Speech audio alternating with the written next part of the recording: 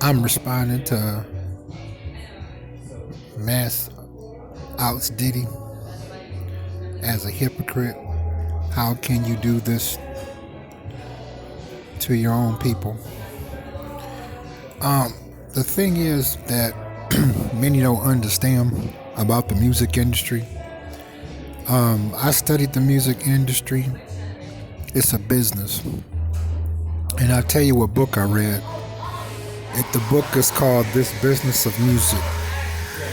This Business of Music has all the contracts in that book that any person, whether they are a recording artist only, a producer, a writer, a record label owner, all the contracts are in there. That if a person wants, let's say McDonald's want to use a recording artist song, the contract is in that book. So I'm saying that to say this. I'm not going to say that I admit most people don't know the music business, the music industry. It's a business. Now, according to what my man is out in Diddy about, basically, Diddy gave him a loan. And just like anything else out in society, when it comes to money, when you are borrowing some money, you know money comes back with a promise of interest. And what secures that promise to get that loan and for you to agree to pay back interest plus the loan is collateral. The collateral in the music industry is the publishing rights. Period. I mean, viewers, think about it. You have a lot of record companies out here, and the person that owns the record company, do you ever see them come out with an album or a song or tour around the country? No, you don't. But you may come across Nas, Master P, Snoop Dogg, T-Pain, T.I., just to name a few. Even if they only own record label, a record label is useless if you don't have distribution. Now, Bad Boy Records, he still has to have distribution. There's only 3 major record labels that can do that: Warner Brothers, Sony, and Universal. Cash Money Records, their distribution was Universal Music. And I'm saying that to say this. When you read a recording artist contract, the last time I read one was in that book, This Business of Music. It say in the first sentence, we, the record label, reserve all rights due to the artist. His name is Mase, right? He's just a recording artist. That's it. So he signed to understanding that his publishing rights, all that, the record label that he signed under, Bad Boy Records, he already signed that off. So to try to get it back now, I'm not saying that he don't deserve it. He already knew that he had to give that up. This is why he called him out on the media, but he ain't take him to court because he know that won't stand. He signed all his rights over. He agreed to that. Because again, the music business, that's a loan. The only way that a person would want to sign with a record label, thanks to the internet and social media, one can build up their own fan base and already have money. And if they decide to sign with one, it would be to benefit them in other areas like more advanced exposure, or they want more money for a video. or they can cut other deals. Like how Master P, when he started his own sports management company, Master P was already rich, so he wasn't hungry. He could go in there and do what he wanted to do. But most people don't understand. I'm not going to say it's their fault because it's not. But the music industry it's a business. It's really a bank. The collateral is the publishing rights. Because just like anything else, if you invested in something, you expect a return. You expect to make back the money you invested plus the profit. The music industry is no different.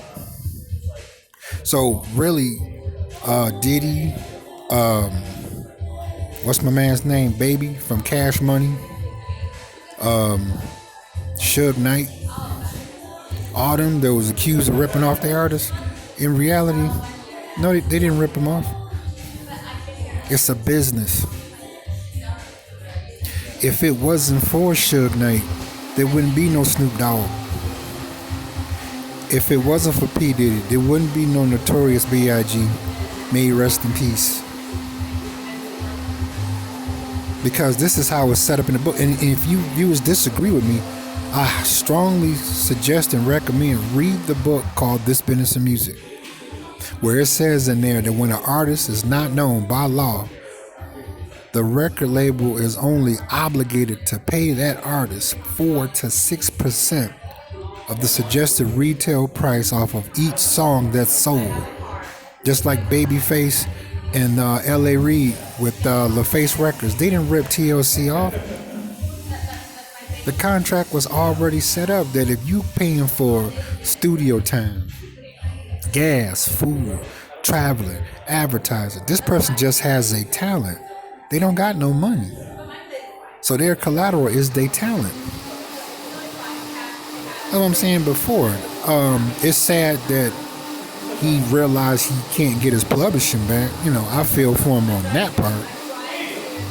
But it's a business. It's a loan. Period. Think about it. You got Capitol Records. Capitol Records, it was an old saying that Capitol Records is the house that the late Nat King Cole built. He been dead a long time. And how many artists you had come through there all the way up until today? But never the record owners coming out with the songs and you going to see the record owners in concert and buying their records. No, but they sign artists that have great talents. It's a business. It's a rough business, but it's a business because they pay for everything to get that talent that was unknown to areas where they are known. It's a business. That's how record companies get in business and stay in business. The publishing rights is the collateral. It's just as simple as that. Other than that, viewers, subtract the publishing rights away from record labels. You won't have any. It's sad that many artists, get blind by the excitement and torn and girls and traveling and the advance check and all that good stuff. And they don't understand what they signed to. But the contract is just business. It's business. It's just like, let me see. Well, it's just like if you selling something. Aren't you selling something to make a profit? Of course you are. And if you ain't, you're lying. The music industry is no different. The music business is no different. It's a business. It's a loan. The record label gets the artist to sign to the loan. That's why they give you so many years to sign with the option and the renewal of the contract. It's all business. It's not fun and games. It's fun when you doing what you love and you understand the business side and you balance. That's why I didn't come out, because at the time when I read the book, I didn't have any money.